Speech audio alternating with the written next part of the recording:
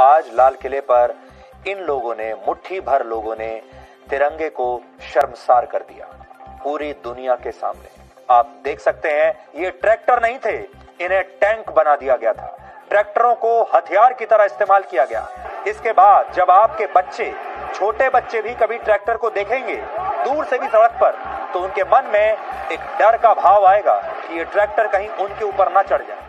अपने कर्तव्यों को भूलकर ये सारे वो लोग हैं जो सिर्फ अधिकारों की मांग कर रहे हैं, और इनका जवाब भी भारत के नागरिक ही दे सकते हैं, यानी आप लोग ही दे सकते हैं। तिरंगे के 3 रंग, केसरिया रंग में भरी शक्ति और साहस, सफेद रंग में लिपटी शांति और सच्चाई, हरे रंग में समाई इस मिट्टी की जरखेजी, प्रगति और अच्छाई, और बीच में कर्तव्य सिखाता अशोक चक्र।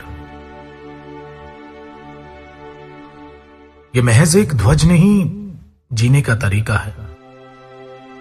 चाहकर भी कोई इसका अपमान नहीं कर सकता। इस तिरंगे को सबसे ऊपर लहराता देखने के लिए इनमें से ना जाने कितने लोगों के बेटे बेटियां शहीद हुए हैं, जिनकी लाशें हर महीने किसी न किसी गांव में इसी तिरंगे में लिपट कर आती रही हैं। जीने की वजह से लेकर इस पर मर मिटने के लिए तैयार ये लोग भला इसका अपमान कैसे कर सकते हैं? इन लोगों की आंखों में यह चमक इसी तिरंगे ने तो भरी है। इसी के असूलों की हिफाजत करते ये लोग आज यहां तक पहुंचे हैं। असल में ये लड़ाई शुरू ही इन असूलों की वजह से हुई। दुनिया का सबसे बड़ा लोकतंत्र भारत, जिसके गणतंत्र दिवस पर ये किसान अपने हकों की लड़ाई में शांतमयी परेड निकाल रहे हैं। 65 दिनों से दिल्ली की सड़कों पर लाखों की गिनती में बैठे ये किसान। इतने दिनों से ना तो कोई खराबी हुई और ना ही कोई तोड़फोड़, बल्कि आसपास के लोगों और बेजुबान जानवरों का पेट भी इन्हीं लोगों ने भरा।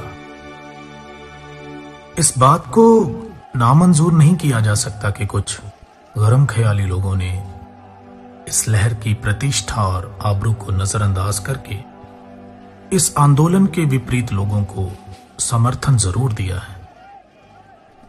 मगर सवाल तो यह है कि यह सब आज ही के दिन क्यों? क्या सरकार इस बात को जानती नहीं थी या जानबूझकर इस बात का इंतजार कर रही थी कि कुछ ऐसा हो और इस लड़ाई में बाधा डाली जा सके? और जरा सोचिए, इस सब का फायदा किसको होगा? क्या किसान खुद चाहेंगे कि लोग इस लहर से टूट जाएं? क्या वो चाहेंगे कि जो ये सरकार ढूंढ रही है वो थाली में परोस के दे दिया जाए?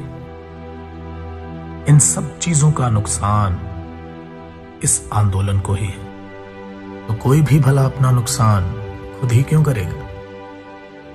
इस बात को जरा सोचिए और समझिए। तकरीबन 90% किसान अपने तय किए हुए रास्ते पर ही थे, लेकिन किसी भी नेशनल मीडिया चैनल ने यह बात नहीं दिखाई, और जो कुछ बाकी 10% लोगों ने किया उसे भी बाखूबी तोड़ मरोड़ के पेश किया गया। हिंसा, दंगे, फसाद, यह सब कुछ आप पहले भी सुन चुके हैं, लेकिन इस बार ना तो कोई दुकान लूटी और ना ही कोई इज्जत बेआबरू हुई, बल्कि किसी भी आम इंसान को एक खरोंच तक नहीं आई। ज्यादातर टीवी चैनल्स की हेडलाइन ऐसी थी जैसे पहले से सोच के ही बनाई गई हो।